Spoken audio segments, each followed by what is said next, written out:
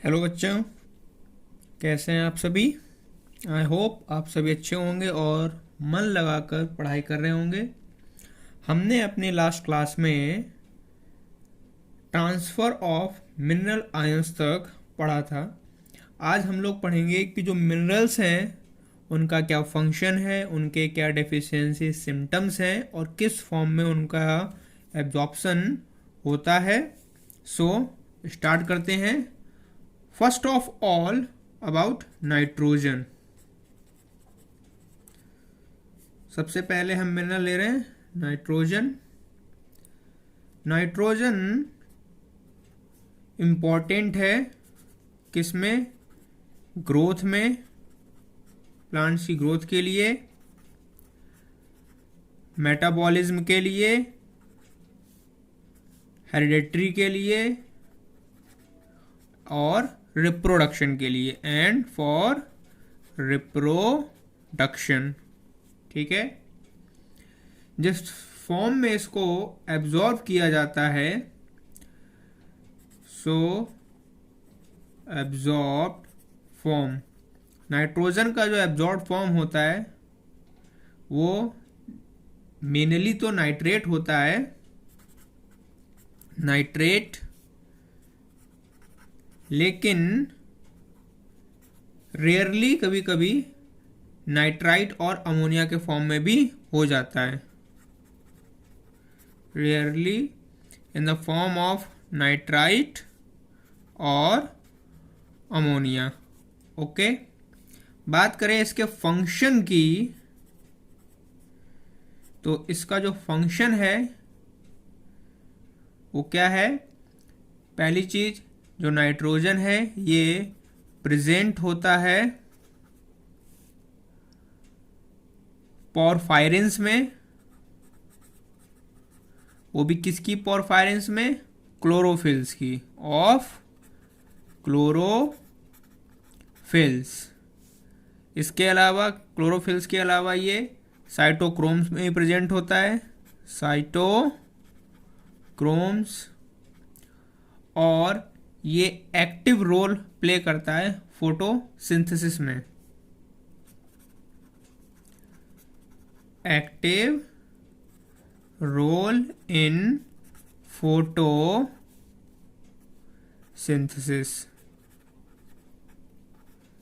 ठीक है। और फोटोसिंथेसिस के अलावा रेस्पिरेशन में भी हेल्प करता है आपका nitrogen.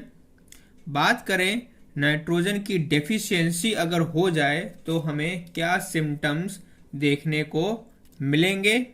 So first of all, deficiency symptoms. तो डेफिशिएंसी सिम्टम में जो पहली चीज दिखेगी वो आपको दिखेगा क्लोरोसिस। क्या दिखेगा? क्लोरोसिस। क्लोरोसिस का मतलब होता है येलोइंग हो जाना। क्या हो जाना? येलोइंग हो जाना। वो भी किस में होगा? लीव्स में, इन ऑर्डर, सॉरी,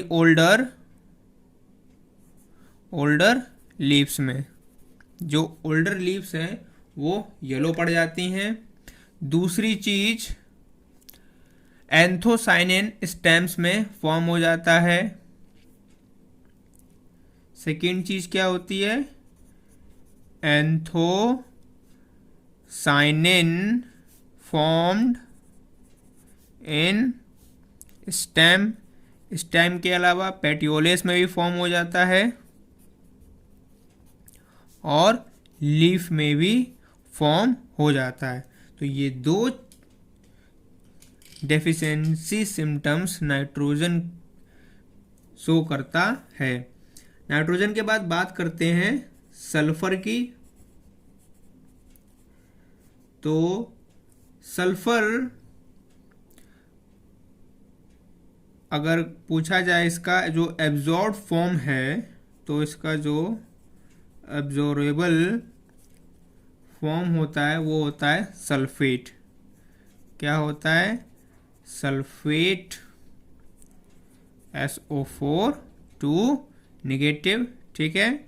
इसके फंक्शन की अगर बात करें तो इसके कई सारे फंक्शन हैं, जिसमें पहला जो पार्ट्स होते हैं सिस्टेनाइन के, सिस्टीन के और मेथाइन अमीनो एसिड्स, ये किसका पार्ट होता है? ये पार्ट होता है सिस्टीन का, सिस्टाइन का, मिथायोनाइन का, ठीक है। इसके अलावा अमीनो एसिड्स का, अमीनो एसिड्स। तो पहला फंक्शन ये पार्ट होता है सिस्टाइन का, सिस्टीन का, मिथायोनाइन का, अमीनो एसिड्स का। Second thing,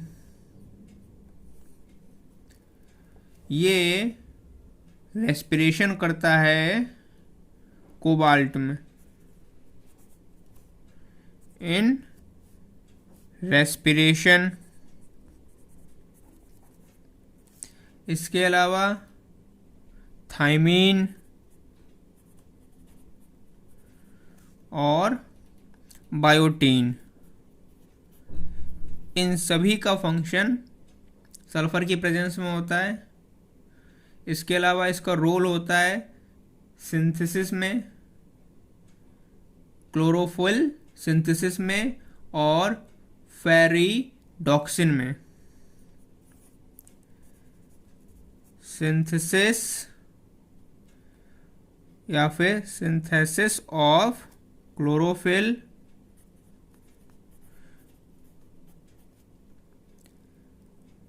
and part of ferredoxin, ये फेरिडॉक्सिन का भी पार्ट होता है। और भी काम में आता है ये रूट नोड्यूल के फॉर्मेशन में काम आता है। किस काम में? रूट नोड्यूल के फॉर्मेशन में। अगर डेफिशिएंसी हो जाए तो इसके जो डेफिशिएंसी सिम्टम्स हैं, ये भी इसकी डेफिशिएंसी में यंगर लीव्स क्लोरोसिस हो जाती हैं। क्या हो जाती हैं? क्लोरोसिस हो जाती है। किसमें? आपके यंगर लीव्स में। अगर नाइट्रोजन की डेफिशिएंसी हो जाए तो येलोइंग होती है आपके ओल्डर की, और यदि सल्फर की डेफिशिएंसी हो जाए तो यंगर लीव्स की येलोइंग हो जाएगी, वो भी एंथ्रोसाइनिन के साथ में, विथ एंथोसाइनिन। ठीक है, ये दो एलिमेंट्स आपको क्लियर हो गए होंगे। ना मूव करते हैं नेक्स्ट एलिमेंट की तरफ। नाउ जो थर्ड एलिमेंट है दैट इज फॉस्फोरस। फॉस्फोरस की बात करें तो इसको एब्जॉर्ब फॉर्म जो है इसका, वो ऑर्थोफॉस्फेट अनाइन फॉर्म होता है। क्या होता है? Orthophosphate A9. ठीक है, H2PO4 negative and H2PO4 2 negative, ये इसका एब्जॉर्ब फॉर्म है। इसका फंक्शन क्या होता है? ये इम्पॉर्टेंट होता है, वेरी इम्पॉर्टेंट होता है आपके आरएनए में, डीएनए में, क्योंकि ये हेरिडिटरी कैरेक्टरिस्टिक्स को कैरी करता है। इसके अलावा फॉस्फोलिपिड में और एनएडीपी में और आपके एटीपी के फॉर्मेशन में, इतने सारे इसके फंक्शन होते हैं। बात करें इसके डेफिशिएंसी सिम्टम्स, तो अगर फॉस्फोरस की कमी हो जाए तो प्रीमेच्योर लीफ फॉल हो जाता है, प्रीमेच्योर लीफ फॉल हो जाएगा। इसके अलावा नेक्रोसिस हो जाती है और एंथ्रोसाइनिन का फॉर्मेशन हो जाता है, एंथोसाइनिन फॉर्मेशन। तो ये सारी चीज़ें फॉस्फोरस की कमी से होती हैं। Next element calcium. कैल्शियम का जो एब्जॉर्ब फॉर्म है वो है आपका कैल्शियम कैटायन फॉर्म। ये इसका जो फंक्शन है, इसके फंक्शन की बात करें तो इम्पॉर्टेंट होता है किसके लिए, मैकेनिकल स्ट्रेंथ के लिए। जैसे हमारी बॉडी में कैल्शियम बोन्स को एनर्जी प्रोवाइड करता है, वैसे ही मैकेनिकल स्ट्रेंथ जरूरत पड़ती है प्लांट्स में, वो भी कैल्शियम प्रोवाइड करता है। ऐसा इसलिए क्योंकि जो कैल्शियम है ये कॉन्स्टिट्यूएंट है मिडिल लैमेला का। ये कॉन्स्टिट्यूएंट होता है मिडिल लैमेला का, ठीक है। दूसरा काम क्या करता है, ये परमेबिलिटी कराता है, परमेबिलिटी प्रोवाइड करता है। परमियाबिलिटी किसकी, बायोमेम्ब्रेन की, बायोमेम्ब्रेन की परमेबिलिटी को ये मेंटेन रखता है। थर्ड चीज, इसके अलावा ये क्रोमोसोम के स्ट्रक्चर की भी स्टेबिलिटी करता है, उनको स्टेबिलिटी प्रोवाइड करता है। स्टेबिलिटी ऑफ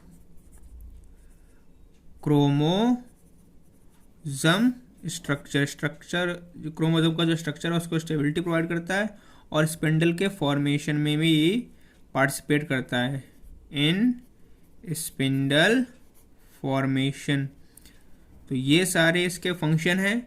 बात करें इसके डेफिशिएंसी सिम्टम्स की, तो इसकी कमी की वजह से डिसइंटीग्रेशन हो जाता है ग्रोइंग एपिक्सिस का। क्या, डिसइंटीग्रेशन हो जाता है किसका, ग्रोइंग एपिक्सिस का। दूसरी चीज, इरेगुलर सेल डिवीजन हो जाता है और मेरिस्टेम की डेथ हो जाती है। इरेगुलर सेल डिवीजन हो जाता है इसकी डेफिशिएंसी की वजह से और डेथ हो जाती है मेरिस्टेम की, मेरिस्टेम की। ये दो चीजें कैल्शियम की कमी की वजह से होता है। नाउ मूव करते हैं third element, that is molybdenum. क्या है, मोलिब्डेनम। इसका जो एब्जॉर्ब फॉर्म है वो आपका मोलिबेट आयन होता है, molybdate ion, that is MoO2 positive, ठीक है।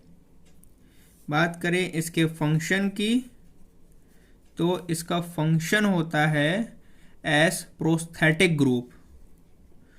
किसकी तरह होता है, प्रोस्थेटिक ग्रुप की तरह होता है। वो भी किसका, नाइट्रेट रिडक्टेस का और नाइट्रोजिनस का in nitrogen metabolism. So prosthetic group of nitrate reductase and nitrogenase in nitrogen metabolism। इसके डेफिशिएंसी सिम्टम्स की बात करें तो सबसे पहले इंटरवीनल क्लोरोसिस होती है। क्या हो जाती है, इंटरवीनल क्लोरोसिस, वेन्स के अंदर क्लोरोसिस हो जाएगी। दूसरी चीज, वाइप हो जाता है कॉलीफ्लावर का टेल। सेकेंड चीज क्या हो जाती है, जो कॉलीफ्लावर है उसकी टेल वाइप हो जाती है, वाइप टेल ऑफ कॉलीफ्लावर। तो ये मोलिब्डेनम के डेफिशिएंसी सिम्टम्स हैं। बात करते हैं next element, that is potassium. किसकी बात करते हैं, पोटेशियम की। इसको एब्जॉर्ब किया जाता है, it is absorbed in monovalent cation form, in monovalent cation form, that is K positive. इसके फंक्शन की बात करें पोटेशियम के, तो इसका की रोल होता है हिस्टोमेटल की मूवमेंट में और ट्रांसपिरेशन में। फर्स्ट रोल इज की रोल इन स्टोमेटल मूवमेंट, क्योंकि बिना इसके स्टोमेटा ओपन नहीं हो सकता, और ट्रांसपिरेशन में हेल्प करता है पोटेशियम। दूसरी चीज, ये मेरिस्टेमेटिक टिश्यूज को सबसे ज़्यादा चाहिए, more required by meristematic tissues. और थर्ड जो इसका फंक्शन है, ये आपके स्टार्च के सिंथेसिस में, इन स्टार्च सिंथेसिस।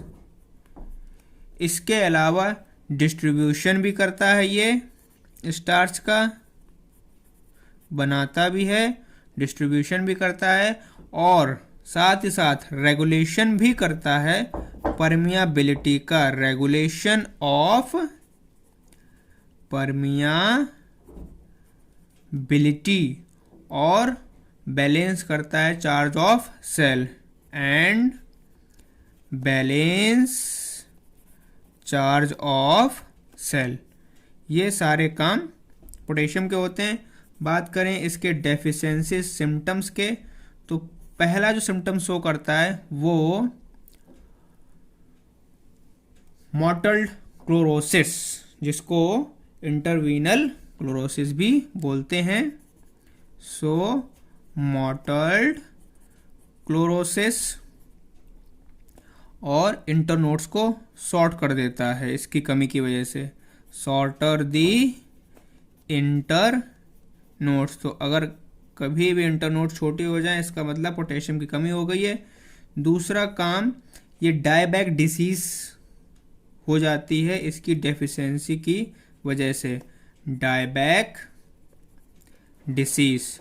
और जो हैबिट है वो बुसी हो जाता है, बुसी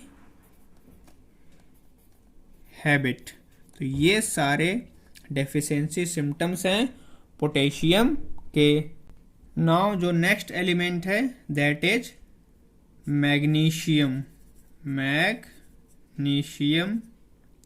मैग्नीशियम की बात करें तो इसका जो एब्जॉर्बेबल फॉर्म है, जिस फॉर्म में इसको एब्जॉर्ब किया जाता है, that is magnesium ion. Okay, इसके अगर फंक्शन की बात करें हम लोग, तो ये कॉन्स्टिट्यूएंट है क्लोरोफिल का। इसके अनप्रेजेंस में फोटोसिंथेसिस पॉसिबल नहीं है। इसके अलावा ये बाइंडिंग भी करता है राइबोसोमल यूनिट्स का। सो पहली चीज, ये कॉन्स्टिट्यूएंट है क्लोरोफिल का, इसी की वजह से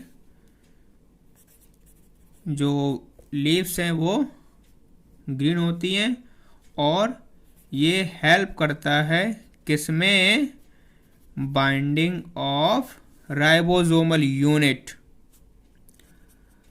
राइबोसोमल यूनिट्स। बात करें इसके डेफिशिएंसी सिम्टम्स की, तो इसके अगर डेफिशिएंसी हो जाए तो आपको इंटरवीनल या फिर मोटल क्लोरोसिस हो जाएगी। क्या हो जाएगी, मोटल्ड क्लोरोसिस हमारे प्लांट को हो जाएगी, और वो भी छोटे मोटे लेवल पर नहीं, लार्ज स्केल पर। लार्ज स्केल क्योंकि एनर्जी का फॉर्मेशन नहीं होगा, वो सब मर जाएंगे। और फॉर्मेशन भी हो जाती है किस चीज की, एंथोसायनिन की ओल्डर लीव्स में, and formation of anthocyanin in older leaves. तो ये सारे डेफिशिएंसी सिम्टम्स हैं मैग्नीशियम के। नाउ बात करते हैं हमारे next element, that is iron. Iron का जो एब्जॉर्ब फॉर्म है वो आपका फेरस है, ठीक है, फेरस आयन, फेरस फॉर्म आपका एक्टिव फॉर्म होता है। इसके फंक्शन की बात करते हैं तो आयरन जरूरी है किसके लिए, साइटोक्रोम्स के लिए। सो किसके लिए जरूरी है ये, साइटोक्रोम्स के लिए, उसके फंक्शन के लिए, परऑक्सीडाइज के लिए, परऑक्सीडेस के लिए, इसके अलावा कैटालिसिस के लिए, कैटालिसिस के लिए, नहीं तो फोटो रेस्पिरेशन पॉसिबल नहीं हो पाएगी। दूसरा जो काम करता है आयरन वो है फेरिडॉक्सिन बायोलॉजिकल नाइट्रोजन फिक्सेशन। क्या, फेरिडॉक्सिन बायोलॉजिकल नाइट्रोजन का फिक्सेशन करना, इसकी अनप्रेजेंस में ये पॉसिबल नहीं है। और जो थर्ड इसका रोल होता है वो होता है क्लोरोफिल के सिंथेसिस में।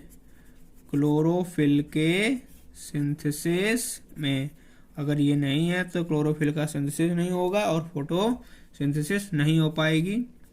अगर इसकी भी डेफिशिएंसी हो जाए तो जो इसका डेफिशिएंसी सिम्टम है दैट इज मोटल क्लोरोसिस, लेकिन रैपिड होगा, रैपिड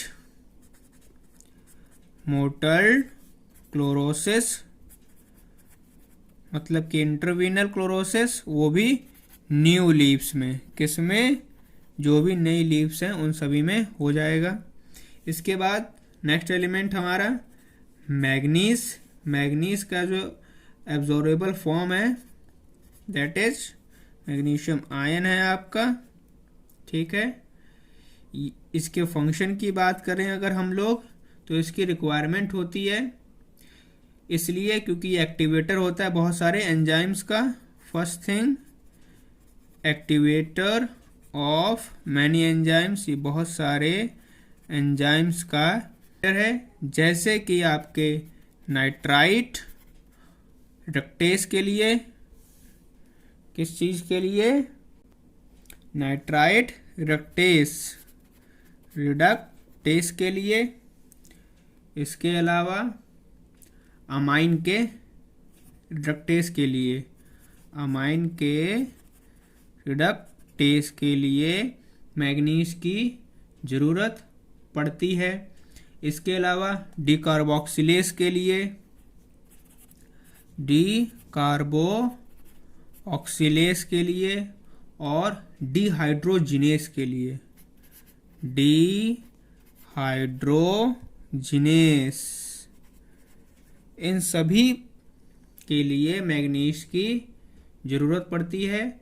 और जो सेकेंड इसका फंक्शन है ये इसेंशियल है O2 के इवोल्यूशन के लिए, इसेंशियल है ये किसके लिए, फॉर O2 इवोल्यूशन, और साथ ही साथ वाटर के फोटोलिसिस के लिए, एंड फोटोलिसिस ऑफ वाटर, वो भी किस में, आपकी लाइट रिएक्शन में। अगर मैग्नीज ना हो तो ये सब कुछ पॉसिबल नहीं हो पाएगा। इसके डेफिशिएंसी सिम्टम्स की बात करें तो पहली चीज ये क्लोरोटिक करेगा और इसके साथ में नेक्रोटिक स्पॉट्स पड़ जाते हैं लीव्स पर। क्या क्या हो जाता है, chlorotic and necrotic spots on leaves. इसके अलावा जनरली इसका मतलब होता है मोज़ेक पैटर्न आ जाता है। जो सेकेंड डेफिशिएंसी सिम्टम्स है वो मार्स स्पॉट पड़ जाते हैं पी के ऊपर और ग्रे स्पीक हो जाती है ओट की। सेकेंड जो है इसका deficiency symptoms that is marsh spot of pea और grey speck of oat and grey speck of oat. ये सारे डेफिशिएंसी सिम्टम्स हैं मैग्नीज के। बात करें अगर next element that is boron, तो जो बोरोन है इसको बोरेट फॉर्म में एब्जॉर्ब किया जाता है। इसका जो एब्जॉर्ब फॉर्म है दैट इज बोरेट। बोरेट मतलब B4O7 2 negative and BO3 3 negative. ठीक है, इसका जो फंक्शन है ये पहली बात तो आपका माइक्रोन्यूट्रिएंट है जो कि एंजाइम के साथ एसोसिएटेड नहीं होता है। तो पहली चीज इसके फंक्शन में जो आपको याद रखनी है वो ये that boron is only micronutrient. Nutrient पढ़ाए थे मैंने आपको, दो टाइप के होते हैं, मैक्रो और माइक्रो। तो उसमें जो आपका बोरोन है ये माइक्रो न्यूट्रिएंट है और ये एसोसिएटेड नहीं होता है एंजाइम्स के साथ में, is not associated with enzymes. पहली बात तो ये कहीं दिख जाए एंजाइम के साथ में तो समझ लो ये गलत है। दूसरी चीज इसकी रिक्वायरमेंट होती है ताकि कैल्शियम का अपटेक हो सके और कैल्शियम का यूटिलाइजेशन हो सके। किसके लिए? For uptake and utilization of calcium ion. जो थर्ड चीज है, इसका जो थर्ड फंक्शन है दैट इज कार्बोहाइड्रेट का ट्रांसलोकेशन। कार्बोहाइड्रेट का ट्रांसलोकेशन वो भी बोरोन के ही हेल्प से हो पाता है। और फोर्थ चीज, जो फोर्थ इसका फंक्शन है वो पॉलन ट्यूब के फॉर्मेशन के लिए। Boron is essential in pollen tube formation. Pollen tube formation. तो ये सारे फंक्शन हैं बोरोन के। बात करें इसके डेफिशिएंसी सिम्टम्स की, अगर ये डेफिशिएंट हो जाए तो जो रूट होती हैं बीट्स की उन पर ब्राउन हार्ट हो जाता है। क्या हो जाएगा? ब्राउन हार्ट रूट हो जाएंगी बीट्स की। और दूसरा जो डेफिशिएंसी सिम्टम्स है दैट इज स्टाउट एक्सेस। क्या? Stout axis. ये दो बोरोन के डेफिशिएंसी सिम्टम्स हैं। स्टाउट का मतलब होता है स्वेलिंग हो जाना, किसकी? स्टेम की। ठीक है, बोरोन के बाद बात करते हैं कॉपर की। तो इसका जो एब्जॉर्बेबल फॉर्म है, एब्जॉर्ब फॉर्म है दैट इज कॉपर पॉजिटिव। ठीक है, इसके फंक्शन की बात करें तो पहली चीज ये रिक्वायर्ड होता है रिडॉक्स रिएक्शन में। किसमें? रिडॉक्स रिएक्शन में। इसके अलावा reversibly oxidize form of copper positive and copper 2 positive. Reversibly oxidized form, वो भी किसका? Copper positive and copper 2 positive. इसके लिए भी कॉपर की जरूरत पड़ती है। और जो सेकेंड फंक्शन है दैट इज विटामिन सी के फॉर्मेशन के लिए। विटामिन सी के फॉर्मेशन के लिए भी प्लांट्स के अंदर कॉपर की ज़रूरत पड़ती है। नाउ बात करते हैं हमारा next element, that is zinc. Zinc की अगर बात करें तो जो इसका एब्जॉर्ब फॉर्म है ये है आपका जिंक पॉजिटिव फॉर्म, ठीक है। इसका जो फंक्शन होता है वो ऑक्सिन के फॉर्मेशन के लिए होता है। किसके लिए? ऑक्सिन हार्मोन के सिंथेसिस के लिए। और ऑक्सिन किसके लिए होता है? ग्रोथ के लिए। तो इसका जो डेफिशिएंसी सिम्टम्स है, सबसे पहली बात तो खायरा डिजीज हो जाएगी। क्या हो जाएगी? खायरा डिजीज हो जाएगी, वो भी पैडी में। किस में? पैडी में। और जो दूसरा सिम्टम्स है वो लिटिल लीफ डिजीज। क्या? Little leaf disease. ये दो डिजीज जिंक की कमी की वजह से होती हैं। नौ बात करते हैं next element, that is chlorine. Chlorine को क्लोराइड फॉर्म में एब्जॉर्ब किया जाता है, एब्जॉर्ब फॉर्म है ये इसका। इसके फंक्शन की बात करें अगर हम लोग तो क्लोरीन की रिक्वायरमेंट होती है किसके साथ में? पोटेशियम आयन और सोडियम आयन के साथ में।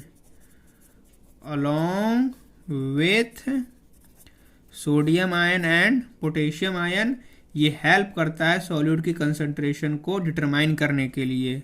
It helps in determining the solute concentration, और इसके अलावा डिटरमाइन करता है एनाइन को, कटाइन को, और बैलेंस भी करता है एनाइन और कैटाइन को सेल्स के अंदर।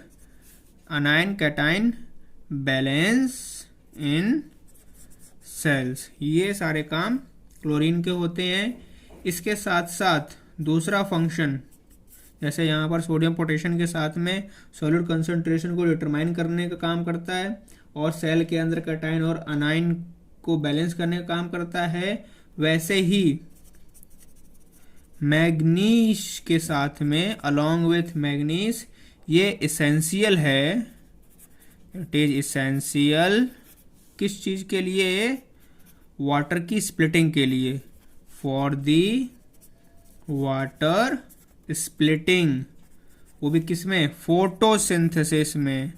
फोटोसिंथेसिस में ये वाटर की स्प्लिटिंग में हेल्प करता है ताकि ऑक्सीजन का लिबरेट हो सके। डेफिशिएंसी सिम्टम्स की बात करें तो पहली बात तो डिक्रीज हो जाएगा इन लिबरेशन ऑफ ऑक्सीजन, क्योंकि फोटोसिंथेसिस सही से हो नहीं पाएगी। और दूसरी चीज, ये बैलेंस कर रहा था कैटाइन और एनाइन को, तो डिस्टरबेंस हो जाएगा किसमें? कैटाइन एंड एनाइन के बैलेंस में। Balance in cells. तो ये सारे डेफिशिएंसी सिम्टम्स हैं क्लोरीन के। बात करते हैं निकेल की, तो इसको एब्जॉर्ब किया जाता है निकेल आयन के फॉर्म में, यानी निकेल पॉजिटिव पॉजिटिव। इसके फंक्शन की अगर बात करें तो ये एक्टिवेटर है यूरिएस एंजाइम का। जो निकेल है ये एक्टिवेटर होता है यूरिएस एंजाइम का, ठीक है। इसके डेफिशिएंसी सिम्टम की बात करें, अगर इस निकेल की कमी हो जाती है तो मेटाबॉलिज्म जो है नाइट्रोजन का वो स्लो हो जाएगा। Slow nitrogen metabolism in plant में नाइट्रोजन का मेटाबॉलिज्म स्लो हो जाएगा। तो ये सारे फंक्शन हैं, डेफिशिएंसी सिम्टम्स हैं सभी एलिमेंट्स के सारे मैक्रो और माइक्रो, ठीक है। ये सारी चीजें आपको क्लियर हो गई होंगी। इसके अलावा कोई दिक्कत हो तो मुझे कमेंट बॉक्स में ज़रूर बताना। तो इसके अलावा इन एलिमेंट्स के फंक्शन, डेफिशिएंसी, सिम्टम्स और एब्जॉर्बेबल फॉर्म के अलावा आपको कुछ और बातें भी ध्यान रखनी है। उसमें से पहली बात जो है, जो आपका कार्बन है, हाइड्रोजन है, ऑक्सीजन है, नाइट्रोजन है और जो आपका फॉस्फोरस है, ये मेन कॉन्स्टिट्यूएंट होते हैं प्रोटोप्लाज्म के। क्या होते हैं? Main constituents of protoplasm. ठीक है, इसीलिए इनको प्रोटोप्लाज्मिक एलिमेंट्स भी कहा जाता है। So also called protoplasmic elements. ये आपको ध्यान रखना है। प्रोटोप्लाज्मिक एलिमेंट्स में कार्बन, हाइड्रोजन, ऑक्सीजन, नाइट्रोजन और फॉस्फोरस आता है। इसके अलावा जो आपको बात ध्यान रखनी है, जो कार्बन है, हाइड्रोजन है और जो ऑक्सीजन है, ये मेन कंपोनेंट हैं किस चीज के?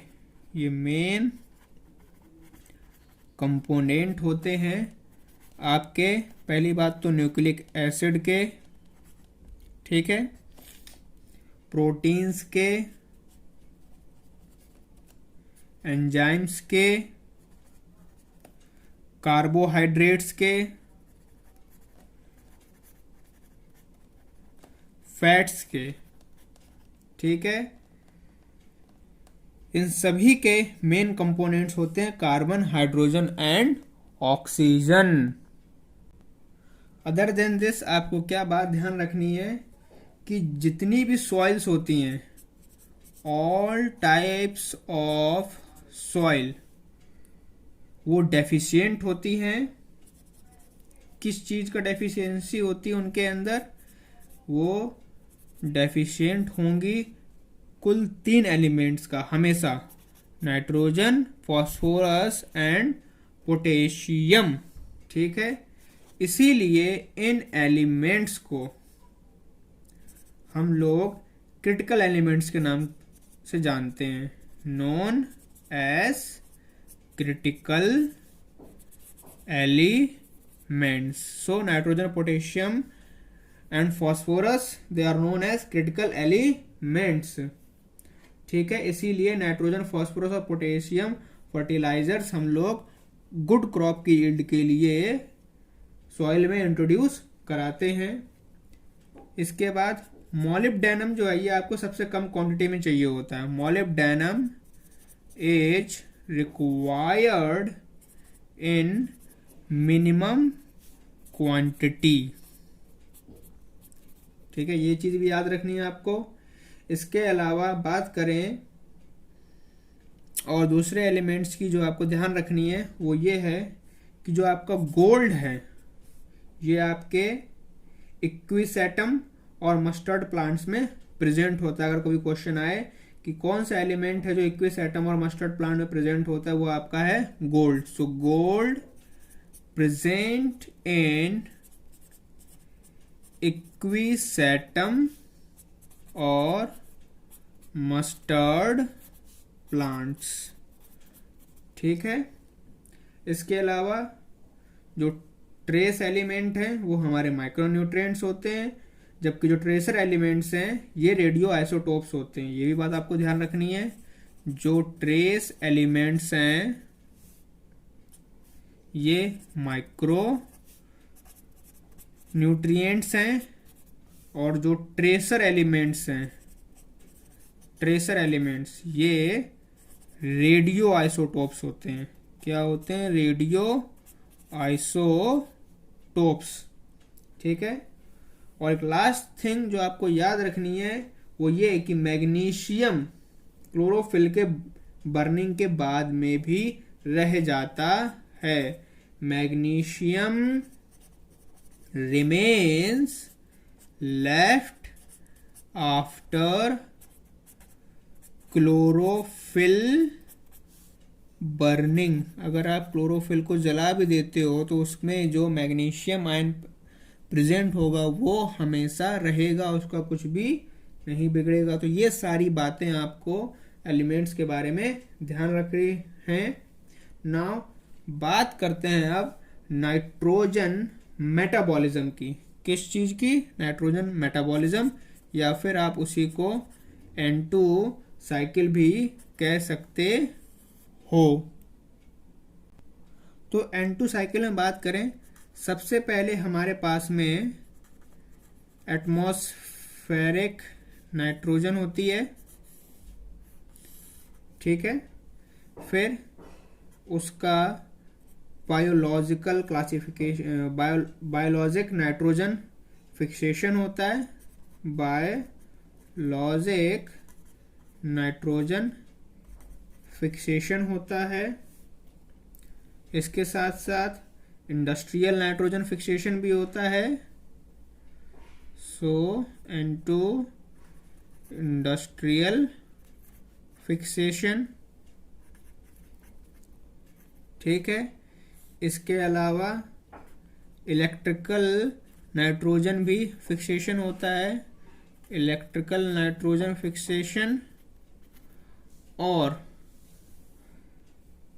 अब देखो, जब इनका फिक्सेशन होता है तो सबसे पहले बात करें अगर बायोलॉजिकल नाइट्रोजन फिक्सेशन की, इसको हम लोग डाइजोट्रॉपी के नाम से भी जानते हैं। किसके नाम से?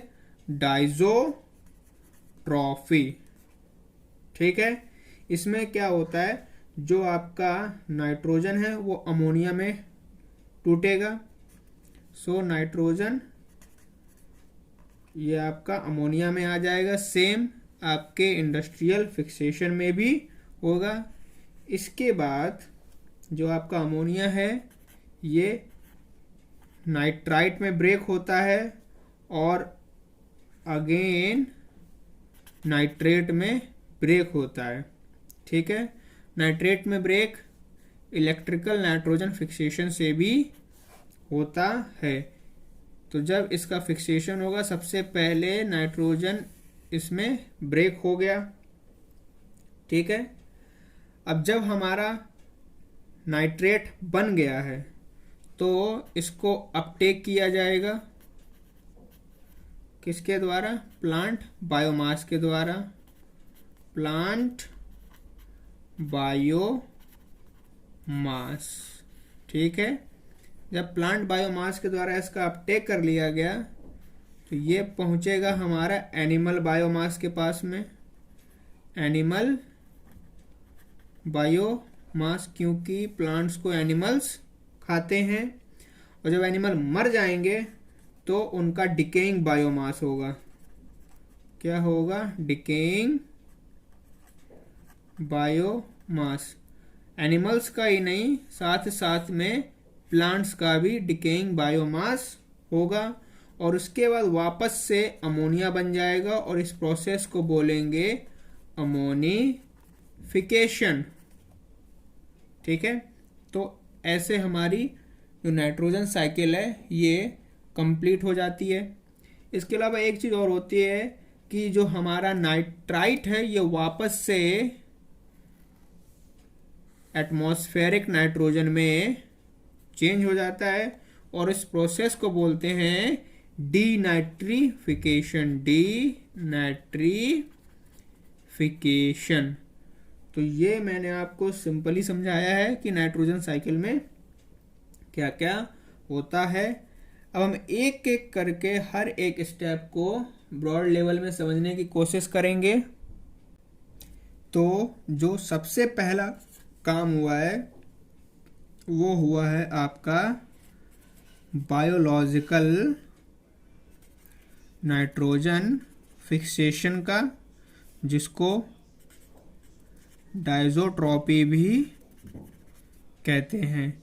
इसमें क्या हुआ है, N2 आपका कन्वर्ट हुआ है अमोनिया में, ठीक है। जो हमारा एलिमेंट नाइट्रोजन है वो इनऑर्गेनिक नाइट्रोजनस कंपाउंड में कन्वर्ट हो जाता है लिविंग ऑर्गेनिज्म की वजह से, इसीलिए इसको हम लोग नाइट्रोजन फिक्सेशन या फिर डाइजोट्रॉपी बोलते हैं। बात करें अगर डाइजोट्रॉफी, तो ये बना है आपके डायज़ोट्रॉप्स से। बात करें डायज़ोट्रॉप्स की, तो डायज़ोट्रॉप्स हमारे दो टाइप के होते हैं जो कि बायोलॉजिकल फिक्सेशन करते हैं। पहला तो बीजीए और दूसरा हमारा बैक्टीरिया। तो एक तो हो गया ब्लू ग्रीन एल्गी और दूसरा हो गया बैक्टीरिया।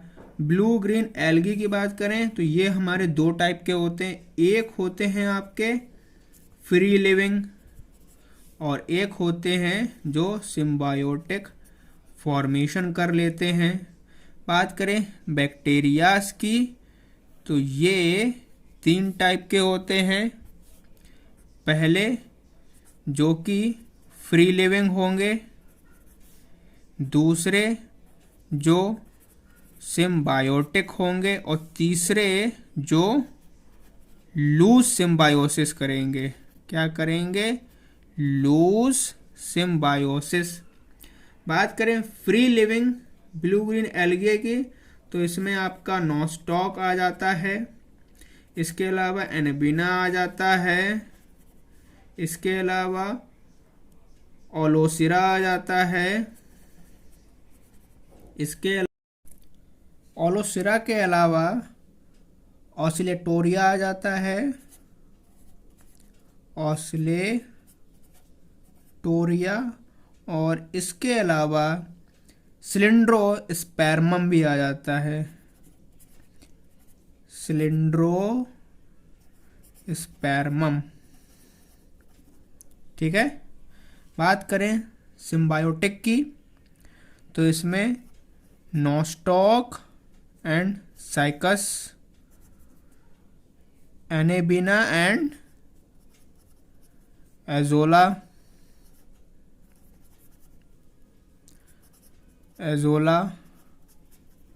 And Cycas. ठीक है। बात करते हैं बैक्टीरिया में। इन bacteria free living Azotobacter, एज़ेटोबैक्टर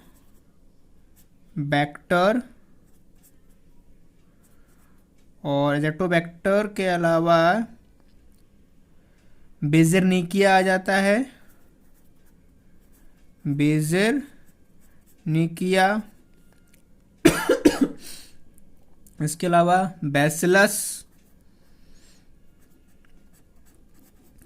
bacillus के अलावा रोडोस्पाइरलम,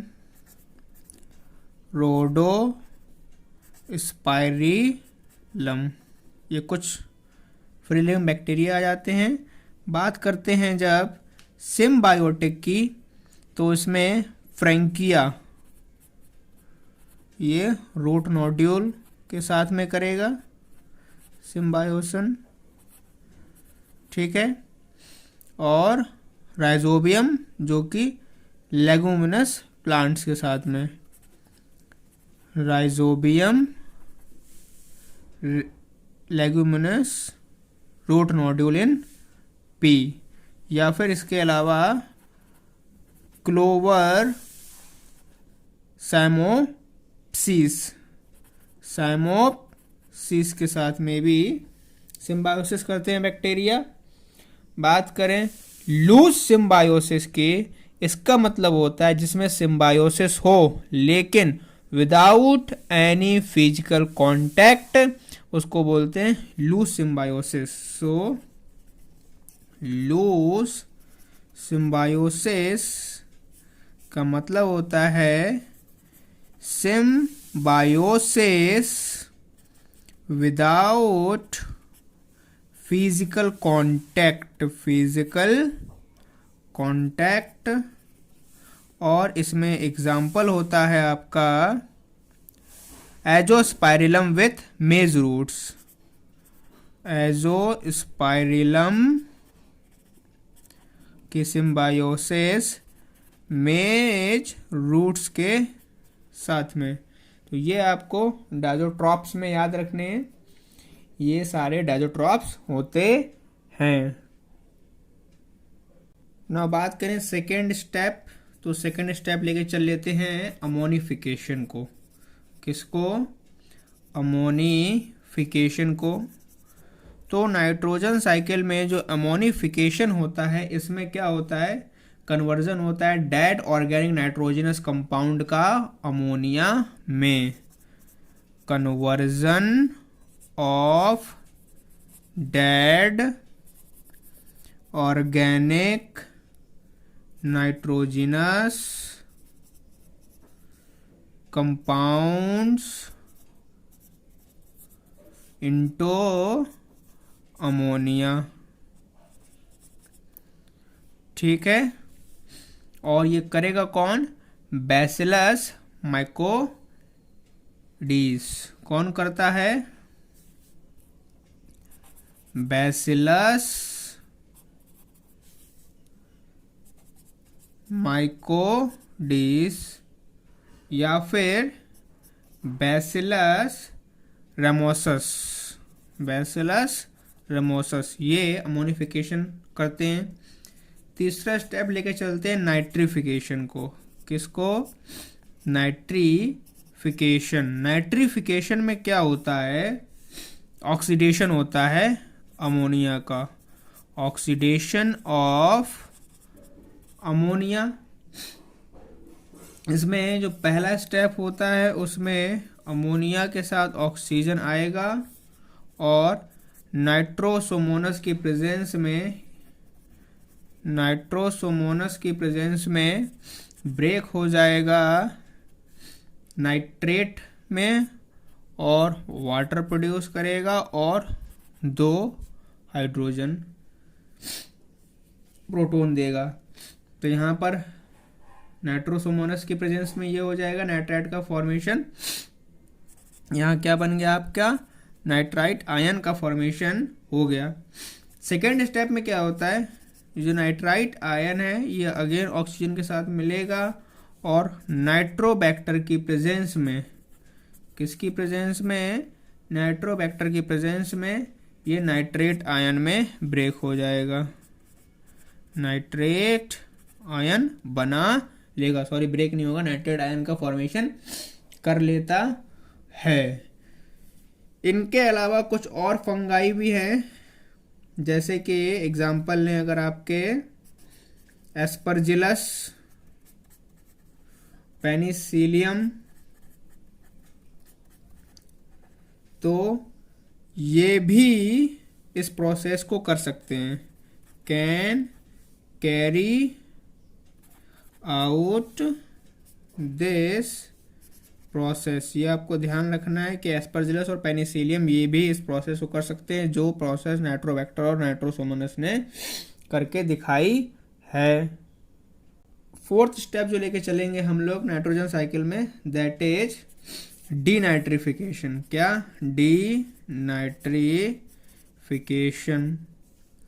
डीनाइट्रिफिकेशन में क्या होता है, जो आपके नाइट्रेट्स होते हैं या फिर नाइट्राइट्स होते हैं, ये वापस से मॉलिक्यूलर या फिर एटॉमिक नाइट्रोजन में डीनाइट्रीफाइंग बैक्टीरिया के प्रेजेंस में चेंज हो जाते हैं।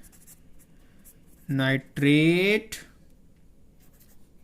और नाइट्राइट्स कन्वर्ट्स बैक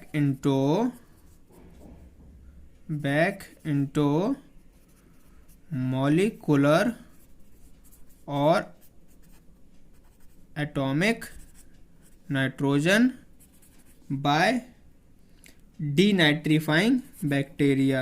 डीनाइट्रीफाइंग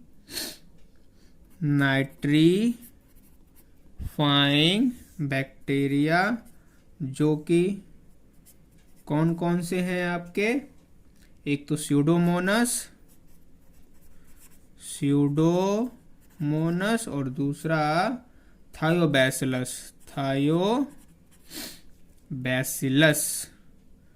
ठीक है, ये वापस से डीनाइट्रिफिकेशन कराते हैं। बात करें लास्ट स्टेप की, तो हमारा नाइट्रेट का रिडक्शन। फिफ्थ स्टेप क्या हो रहा है, रिडक्शन हो रहा है नाइट्रेट का। सो नाइट्रेट रिडक्शन, नाइट्रेट रिडक्शन में देखते हैं क्या होता है।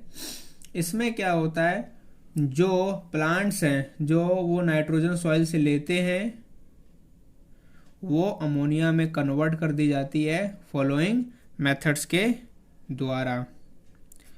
जो भी प्लांट्स टेक करते हैं नाइट्रोजन को फ्रॉम सॉइल और जो उसके अंदर नाइट्रेट होता है या फिर बनता है उसको कन्वर्ट कर दिया जाता है, कन्वर्ट्स कर दिया जाता है किसमें? अमोनिया में। कैसे करते हैं? 2 स्टेप में समझते हैं। सबसे पहले जो आपका नाइट्राइट आयन है इसके साथ में NaDH आएगा, एक प्रोटॉन आएगा और नाइट्रेट रिडक्टेस की प्रेजेंस में नाइट्रेट रिडक्टेस की प्रेजेंस में इसको nitrous oxide plus NaD plus water molecules में हमें देगा प्रोडक्ट। बात करें सेकेंड स्टेप की, तो सेकेंड स्टेप में जो आपका नाइट्राइट आयन है, नाइट्राइट आयन मतलब कि N2O निगेटिव, ये 2 इलेक्ट्रॉन को लूज करेगा और नहीं गेन करे, हाँ लूज करेगा और 2 प्रोटॉन और क्या बना लेगा? NOH। अगेन यहाँ पर 2 इलेक्ट्रॉन और 2 बैलेंस करते हुए NH2OH बनाएगा और अगेन 2 इलेक्ट्रॉन और 2 प्रोटॉन को लेकर अमोनिया का फॉर्मेशन कर लेगा। इसको और तरीके से समझ सकते हैं जैसे कि 2NO2 निगेटिव, इसमें आप 6 वाटर के मॉलिक्यूल्स ऐड कर दीजिए और 4 प्रोटॉन ऐड कर दीजिए और ये नाइट्राइट रिडक्टेस की प्रेजेंस में 2 अमोनिया आयन बना लेगा, 3 ऑक्सीजन बना लेगा और 4 वाटर के मॉलिक्यूल्स का फॉर्मेशन कर लेगा। तो ये सब कुछ नाइट्रेट के रिडक्शन में होता है। इसमें जो एंजाइम नाइट्रोजिनेस होता है ये एक मोलिब्डेनम और आयरन प्रोटीन होता है और कैटालाइज करता है कन्वर्जन ऑफ एटमॉस्फेरिक नाइट्रोजन को अमोनिया में। तो नाइट्रेट रिडक्शन के अलावा जो आपको ध्यान रखना है कि जो आपका एंजाइम है नाइट्रोजिनेस, ये एक मोलिब्डेनम आयरन प्रोटीन है और ये कैटालाइज करता है किस चीज को? The conversion of atmospheric nitrogen का अमोनिया में। ठीक है, इसके पास में ये प्रोसेस करता है 2 यूनिट्स को। कितने यूनिट्स को? 2 यूनिट्स को। यूनिट जो फर्स्ट होता है वो आपका मोलिब्डेनम आयरन प्रोटीन हो गई और जो सेकेंड यूनिट होगा वो फेरिडॉक्सिन होता है। क्या होता है? फेरिडॉक्सिन। ठीक है, पहला यूनिट में मोलिब्डेनम आयरन प्रोटीन, दूसरे में फेरिडॉक्सिन। ठीक है, इसके अलावा जो आपको इसमें ध्यान रखना है कि जो नाइट्रोजिनेस है ये सेंसिटिव होता है ऑक्सीजन के लिए। Nitrogenase is extremely sensitive to oxygen.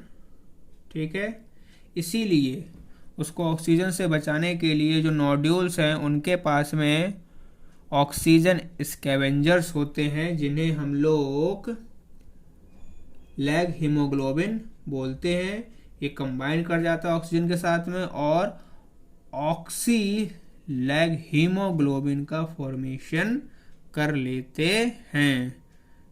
बात क्लियर हो गई होगी। जो लैग हीमोग्लोबिन है ये पिंक इन कलर होता है। क्या बताया मैंने, ये होता है सेंसिटिव, प्रोटेक्शन के लिए, टू प्रोटेक्ट दिस। जो नोड्यूल्स होते हैं ये कंटेन करते हैं O2 के स्कैवेंजर्स को, ठीक है, जिन्हें हम लोग क्या बोलते हैं, जिन्हें हम लोग लैग हीमोग्लोबिन बोलते हैं। ये कंबाइन कर जाएंगे ऑक्सीजन के साथ में और फॉर्म कर लेंगे ऑक्सीलैग haemoglobin. ऑक्सीलैग haemoglobin.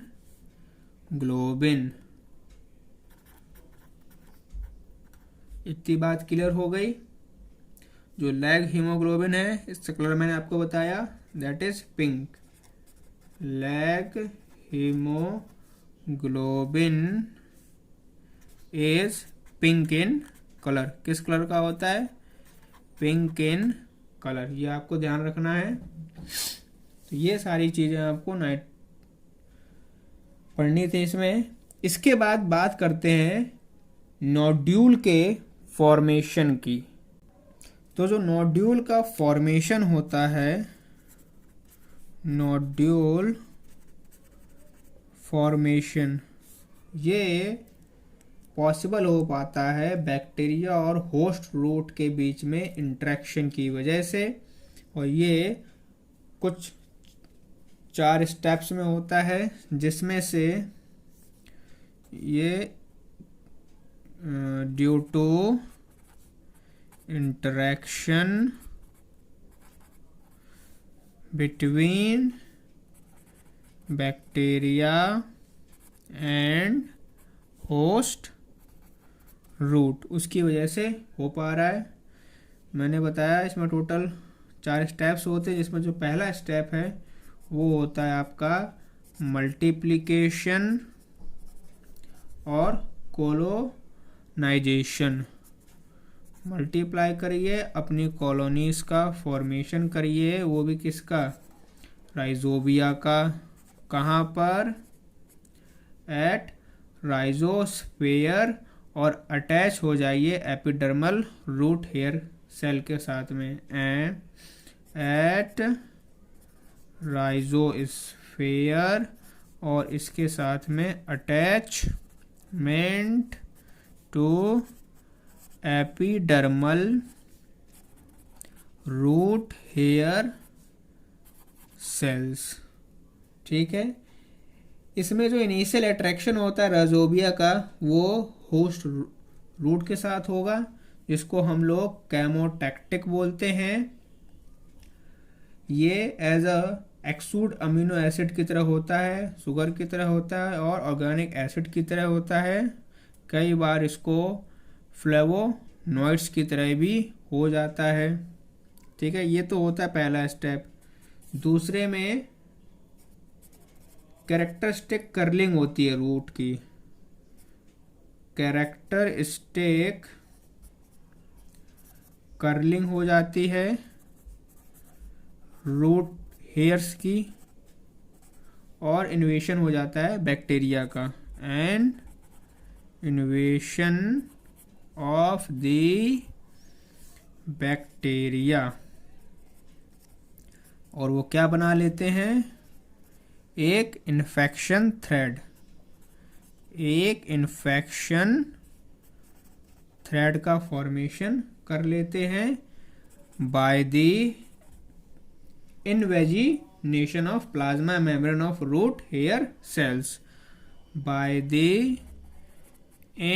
Invagination of plasma membrane, जो होती है रूट हेयर सेल की, रूट हेयर सेल्स की, और ये रूट के कॉर्टेक्स तक पहुंच जाते हैं and reaches up to the cortex of roots, ये सेकेंड स्टेप में हो जाता है। जो कर्लिंग होती है रूट हेयर्स की, इसको स्टिमुलेट करता है एक स्पेसिफिक कॉम्प्लेक्स पॉलीसैकेराइड होता है जो कि राइजोबिया के सरफेस पे मिलता है। इसको रिकॉग्नाइज किया था लैक्टेंस ने। किसने रिकॉग्नाइज किया था? लैक्टेंस ने। ध्यान रखना ये नाम आपको। थर्ड चीज जो इसमें होती है वो होता है नोड्यूल का इनिशिएशन। क्या होता है?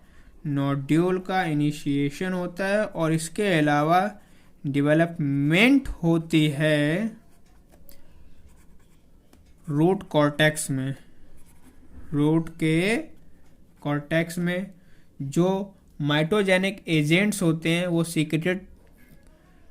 वो सीक्रेटेड करेंगे काइनेटिन को बैक्टीरिया के थ्रू, और जो ऑक्सिन है ये प्लांट सेल्स के द्वारा प्रोड्यूस किया जाएगा ताकि प्रमोट कर सके सेल डिवीजन को। और होगा क्या? एक्सटेंशन होगी जिसकी वजह से नोड्यूल का फॉर्मेशन हो जाएगा। नोड्यूल जो है ये स्टैब्लिश करेंगे एक डायरेक्ट वैस्कुलर कनेक्शन को होस्ट के साथ में एक्सचेंज ऑफ न्यूट्रिएंट्स के लिए। जो रूट नोड्यूल्स होते हैं उनके पास में क्रोमोसोम होते हैं, वो भी डबल में सोमैटिक सेल्स के कंपेयर में। जो नोड्यूल्स हैं ये फिर पॉलीप्लॉइड स्पेशली टेट्राप्लॉइड हो जाते हैं। ये सब कुछ थर्ड स्टेप में होता है। इसके बाद फोर्थ स्टेप में रिलीज हो जाता है बैक्टीरिया का इन्फेक्शन थ्रेड में। रिलीज हो जाता है बैक्टीरिया का फ्रॉम इन्फेक्शन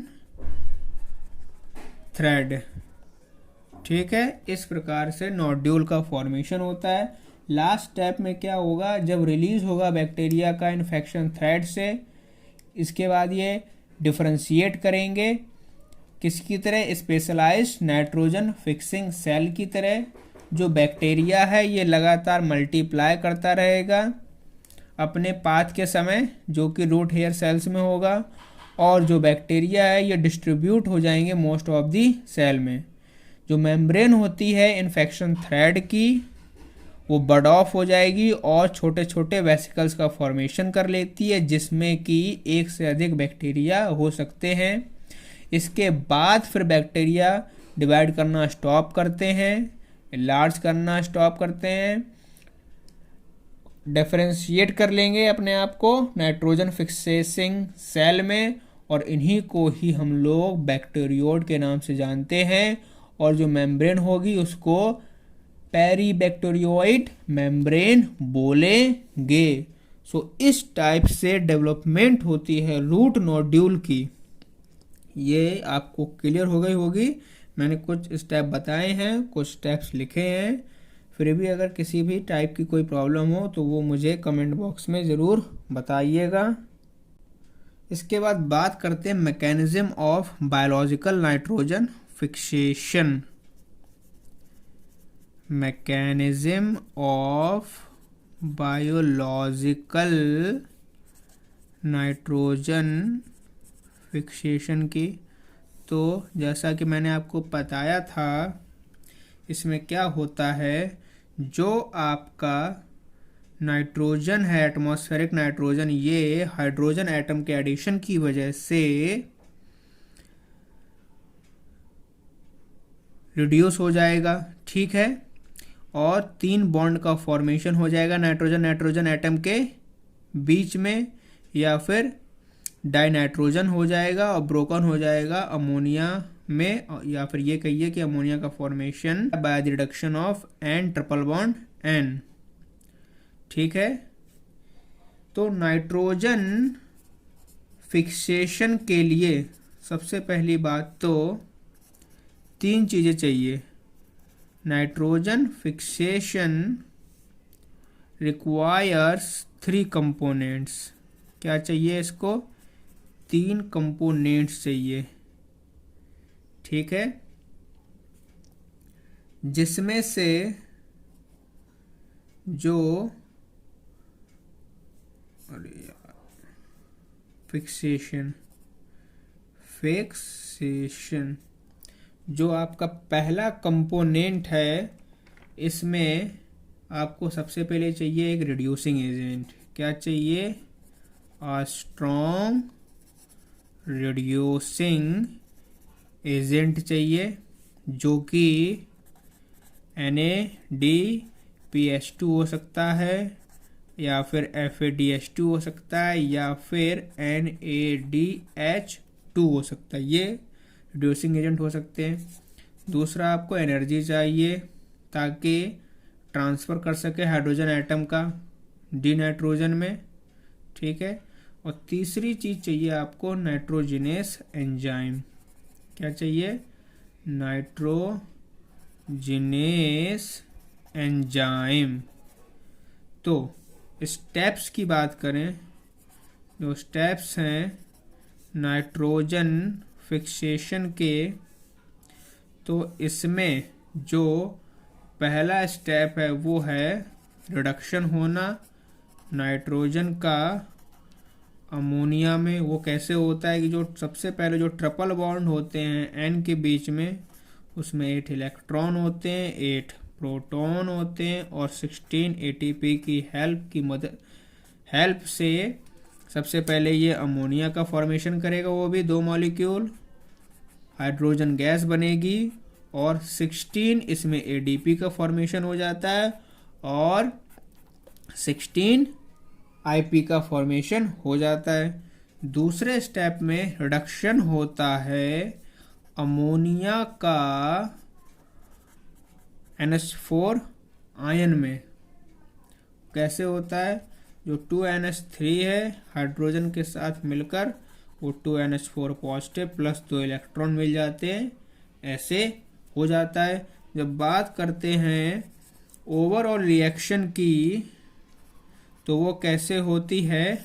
वो ऐसे होती है कि जो नाइट्रोजन था, एटमॉस्फेरिक नाइट्रोजन, उसमें 6 इलेक्ट्रॉन को ऐड किया, 8 प्रोटॉन को ऐड किया, और 16 ATP की हेल्प से हमने 2 NH4 पॉजिटिव मॉलिक्यूल्स का फॉर्मेशन किया, 16 ADP को बना लेते हैं और 16 IP का फॉर्मेशन कर लेते हैं। इस टाइप से ये ओवरऑल रिएक्शन हो जाती है। इस रिएक्शन को कंट्रोल किया जाता है 4 जीन्स की वजह से। जो बायोलॉजिकल नाइट्रोजन फिक्सेशन है, ये कंट्रोल किया जाएगा 8H।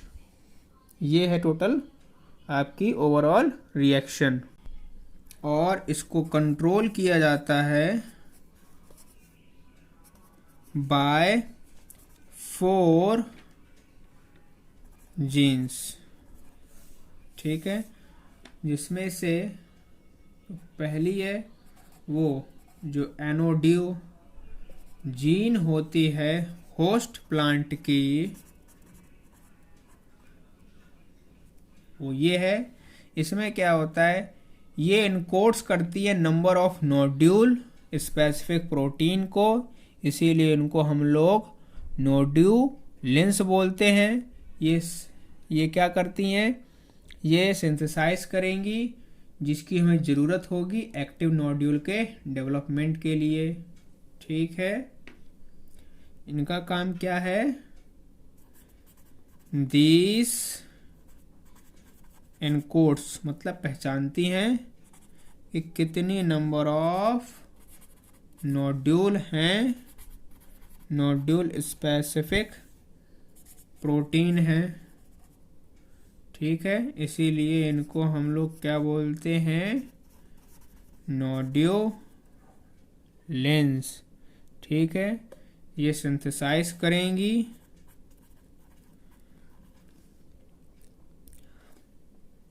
जिसकी हमें ज़रूरत होगी एक्टिव नोड्यूल के डेवलपमेंट के लिए, which are required for active nodule development.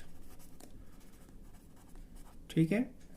दूसरा काम जो होता है इसमें वो nodule nif and fix gene of bacteria, इन 3 जीन की जरूरत पड़ती है। तो टोटल 4 हो गई, NOD, NIF, fix gene.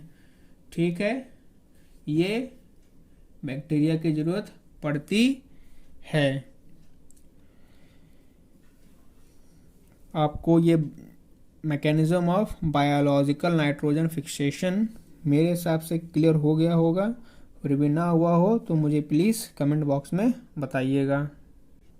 After this जो आपको लास्ट चीज़ पढ़नी है इस मिनरल न्यूट्रिशन में, वो पढ़नी है आपको synthesis of amino acids and nitrogen assimilation. क्या पढ़नी है? सिंथेसिस ऑफ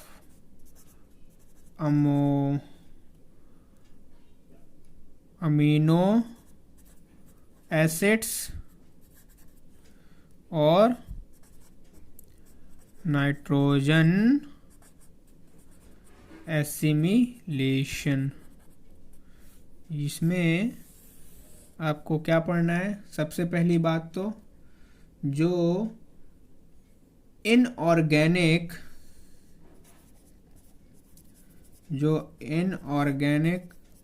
अमोनिया है, ये रिएक्ट करती है किसके साथ में?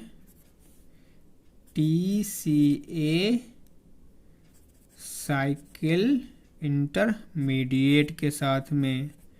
इंटरमीडिएट, ठीक है, intermediate alpha keto glutaric acid पता होना चाहिए। ग्लूटेरिक एसिड और क्या बना लेती है? बना लेती है एक अमीनो एसिड को, एक अमीनो एसिड को, जो कि होता है आपका ग्लूटामिक एसिड। क्या होता है? Glutamic acid. तो जो सबसे पहला एसिड बनता है दैट इज ग्लूटामिक, वो जब ammonia TCA alpha keto glutaric acid के साथ में इंटरमीडिएट करती है। ठीक है, इस प्रोसेस को, ये जो प्रोसेस है ग्लूटामिक एसिड के फॉर्मेशन को जानते हैं हम लोग known as reductive amination. Reductive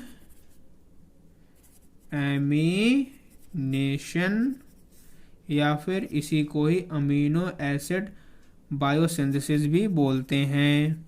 amino acid biosynthesis.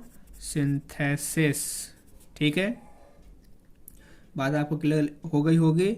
अगर समझें हम लोग इक्वेशन के फॉर्म में, तो सबसे पहले अल्फा कीटो ग्लूटेरिक एसिड के पास में आपका अमोनिया आया, हमने यूज़ किया NADPH2 रिड्यूसिंग एजेंट का, और इसने हमें बना के दे दिया glutamic acid plus water plus NADP, वो भी ग्लूटामेट डिहाइड्रोजिनेस की प्रेजेंस में। ये आपको ध्यान रखना है। इसके बाद ये फॉर्मेशन करता है एलानाइन का। किसका फॉर्मेशन करता है? एलानाइन का। उसमें क्या होता है कि जो ग्लूटामिक एसिड है उसमें हम लोग पायरुविक एसिड मिला देंगे अगर, तो ये हमको क्या दे देगा? Alanine plus alpha keto glutarate, alpha keto glutarate दे देगा। ये एस्पार्टिक एसिड का भी फॉर्मेशन कर लेता है। उसमें भी सबसे पहले ग्लूटामिक एसिड ओ के साथ में ऑक्सोलो एसिटिक एसिड के साथ में क्या दे देगा, एस्पार्टिक एसिड, और प्लस में अल्फा कीटो ग्लूटेरिक एसिड।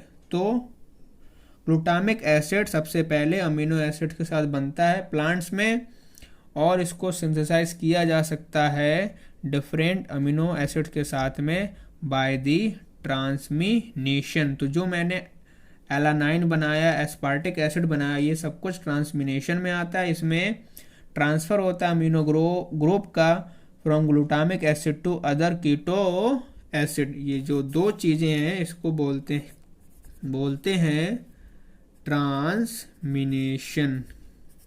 क्या बोलते हैं, ट्रांसमिनेशन। अब बात कर लेते हैं ट्रांसपोर्टेशन ऑफ एसिमिलेटेड नाइट्रोजन की। तो ट्रांसपोर्टेशन ऑफ एसिमिलेटेड नाइट्रोजन, इसमें क्या होता है, प्लांट्स में जब ट्रांसपोर्टेशन होता है एसिमिलेटेड नाइट्रोजन का जाइलम के थ्रू, ये अमाइड्स के फॉर्म में होता है, मतलब कि ग्लूटामाइन और एस्परजीन के फॉर्म में होगा, खासकर लेगुमिनस प्लांट्स में। इसके अलावा जो अमाइड्स हैं जो कि और ज़्यादा स्टेबल होते हैं अमीनो एसिड से और उनके पास हाई नाइट्रोजन होता है, टू कार्बन रेशियो, ये भी काम कर देते हैं। इसके अलावा फॉर्मेशन करते हैं अमाइड्स का अमीनो एसिड से अमीनो ग्रुप के एडिशन की हेल्प से। इसके अलावा कैटालाइज भी करते हैं एंजाइम की मदद से, उसको हम लोग कैटालिटिक अमाइडेशन बोल देते हैं। सोयाबीन में यूरिट्स को ट्रांसलोकेटेड किया जाता है नॉन नोडुलेटेड प्लांट के पार्ट्स में। बस इतनी सारी चीज़ें ट्रांसपोर्टेशन ऑफ एसिमिलेटेड नाइट्रोजन में होती हैं जो आपको पढ़नी है। सबसे पहली चीज़ क्या हो रही है कि इन प्लांट्स ट्रांसपोर्टेशन होता है किसका, एसिमिलेटेड नाइट्रोजन का, वो भी किसके थ्रू होगा, जाइलम के थ्रू होगा, और अकर करेगा किस फॉर्म में, mainly in form of amides. ठीक है, और ये स्पेशली होता है आपके लेगुमिनस प्लांट्स में, लेगुमिनस प्लांट्स।